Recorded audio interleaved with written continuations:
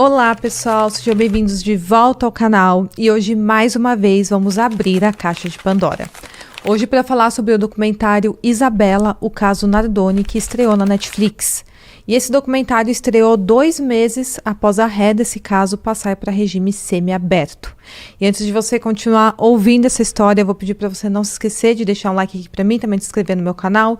Provavelmente esse vídeo vai ser limitado pela plataforma, porque é um caso nacional, que envolve uma menor e é um caso bem pesado. Então hoje eu vou pedir o apoio de vocês para depois de terminar de assistir esse vídeo, assistir um outro vídeo aqui no canal. Bom, pessoal, então é isso. Fiquem comigo até o final do vídeo e bora pro caso de hoje.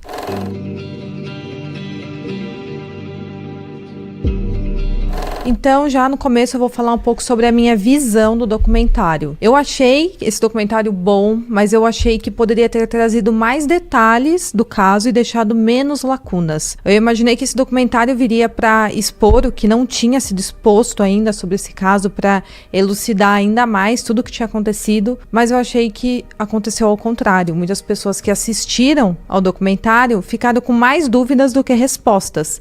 E na verdade teve bastante gente que achou que não tinha provas o suficiente para condenar o Nardoni e a Jatobá, depois de assistir o documentário. Então, no vídeo de hoje, o meu foco é esse, é tentar trazer maiores detalhes sobre esse caso, que não foi exposto no documentário. Teve coisas que a própria Rosângela, a perita criminal que acompanhou todo o caso Isabela Nardoni, falou que eles acabaram cortando do documentário. Então, nesse vídeo eu vou trazer todos os detalhes que não foram mencionados nesse documentário. A Isabela nasceu em São Paulo em 18 de abril de 2002 e ela era filha da Ana Carolina e do Alexandre Nardoni. A Ana Carolina engravidou da Isabela aos 17 anos e a notícia da gravidez não foi bem recebida pelo Alexandre, que na época tinha cerca de 24 anos.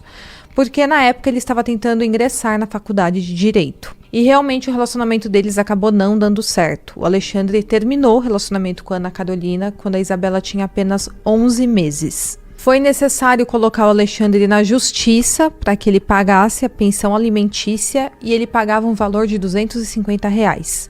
Ele tinha o direito de 2 visitas por mês, quinzenalmente, da filha dele na casa dele. Na época dos fatos, o Alexandre vivia com a madrasta da Isabela, que também se chama Ana Carolina, então eu vou chamar ela de Jatobá, já para não confundir com a mãe da Isabela, que também chama Ana Carolina, então a madrasta eu vou chamar de Jatobá. E a Jatobá teve 2 filhos com o Alexandre. Na época dos fatos, um tinha 11 meses e o outro tinha 3 anos. E a Isabela tinha apenas 5 aninhos. A própria mãe da Isabela fala que ela adorava ir para a casa do pai dela, porque ela gostava muito de ficar ali com os irmãozinhos, brincar com eles. E que ela nunca voltou de lá machucada e também nunca reclamou de nada que pudesse ter acontecido de ruim na casa.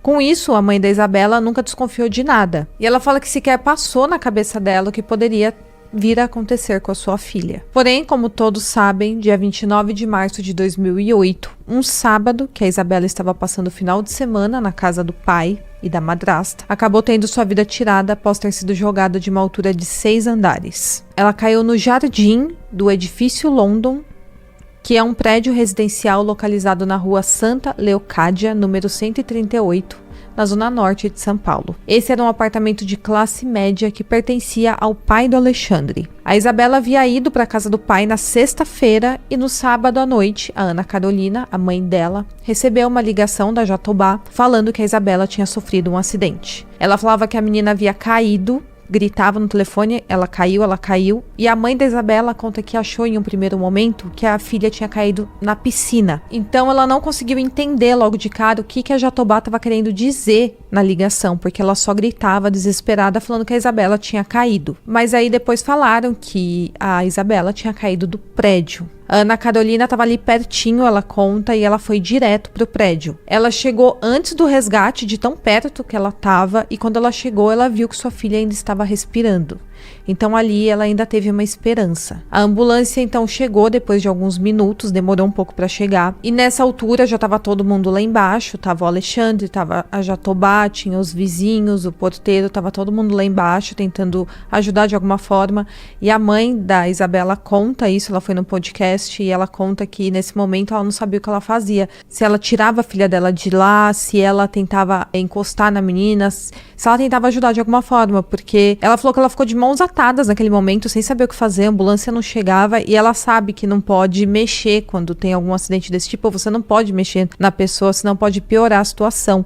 Mas como a ambulância não chegava e ela via que a filha dela estava perdendo ali os últimos respiros de vida, ela ficou completamente desesperada. E aí a ambulância chegou, demorou um pouco, mas chegou, e colocaram a Isabela atrás já para fazer todo o atendimento necessário, os primeiros socorros, e não deixaram a mãe dela, Ana Carolina, ir atrás da ambulância para não ver tudo o que seria feito ali. Provavelmente já iriam tentar usar o desfibrilador para reanimar a Isabela, então não deixaram a mãe dela ver que tudo aquilo estava acontecendo, pediram para que ela fosse na parte da frente da ambulância. E quando chegou no hospital, ela conta que não demorou muito, e ela e a mãe dela recebeu a notícia que a Isabela não tinha sobrevivido. E ela também detalha exatamente como que foi esse momento para ela, quando ela viu a filha dela pela última vez, se despediu da menina, falou no ouvido da Isabela para ela ir em paz, que agora ela iria cuidar de tudo o que precisava fazer por aqui, que a Isabela poderia ir em paz. E a primeira coisa que foi falado ali pelo Alexandre é que um ladrão tinha entrado no prédio, no apartamento dele, e tinha jogado a menina da janela. Ele falou que chegou a ver o ladrão, não se sabe como ele viu essa pessoa, se estava saindo do apartamento, se ele viu, sei lá, descendo a escada de emergência. Ele falou que conseguiu ver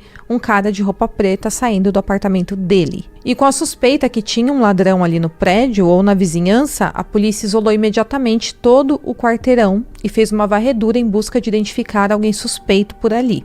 Mais de 30 policiais participaram dessa operação. E agora eu vou falar sobre as primeiras versões dos fatos. Uma vizinha contou que assim quando eles deitaram, começaram a ouvir uma briga de casal durante uns 15 ou 20 minutos e depois um silêncio.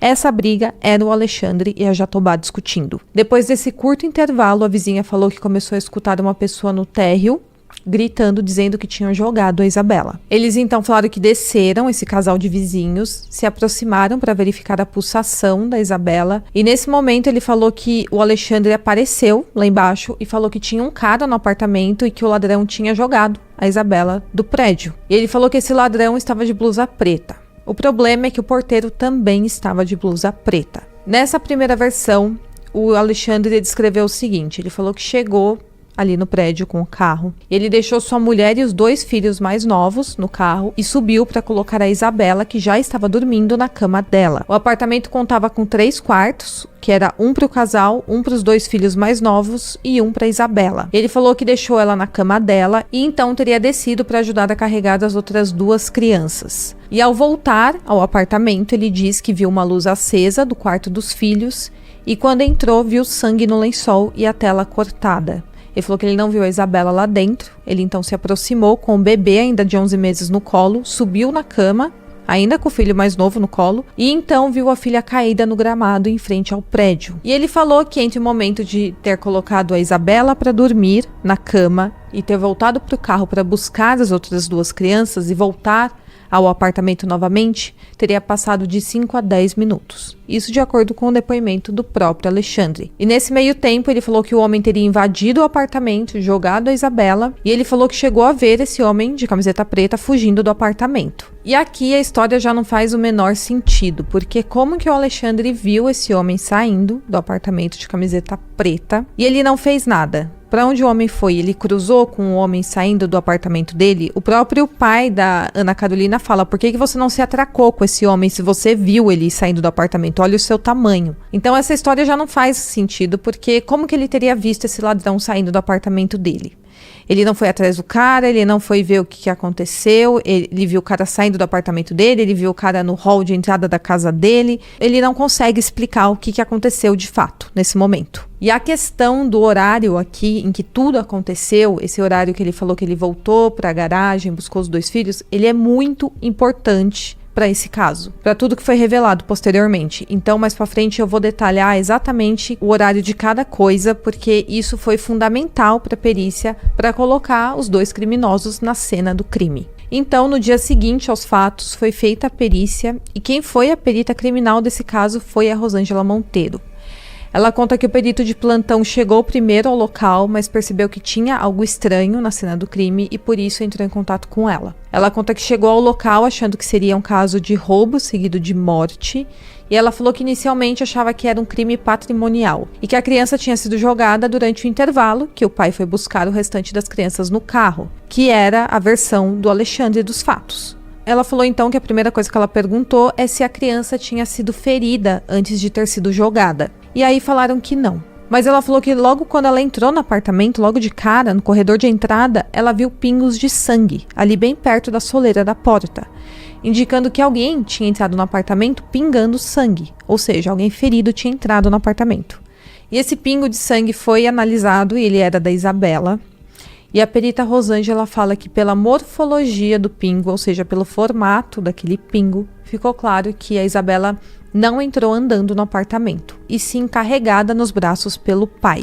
Ou seja, pela altura que o pingo caiu no chão e o formato que ele fez, ela consegue saber a que altura ele caiu. E não teria como ter caído com ela em pé. Primeiro porque se ela estava com um machucado aqui na testa, foi da testa que vazou esse pingo, provavelmente. Então, se ela tá com um machucado na testa e ela teria entrado andando no apartamento e a testa sangrando, o pingo teria escorrido e caído na blusa. A própria Rosângela fala isso. Mas como ela entrou carregada pelo pai, e ela já estava com a testa machucada, esse pingo caiu de uma altura mais alta do que ela era, porque a Isabela era pequenininha, ela tinha 5 anos, e como ela estava assim, carregada pelo pai, o pingo caiu direto no chão. Além disso, a distância dos pingos, porque tinha mais de um pingo, era condizente com os passos de uma pessoa adulta. Isso indicava que a Isabela tinha sido ferida fora do apartamento. Então, os fatos não tinham se iniciado ali dentro, e sim fora do apartamento.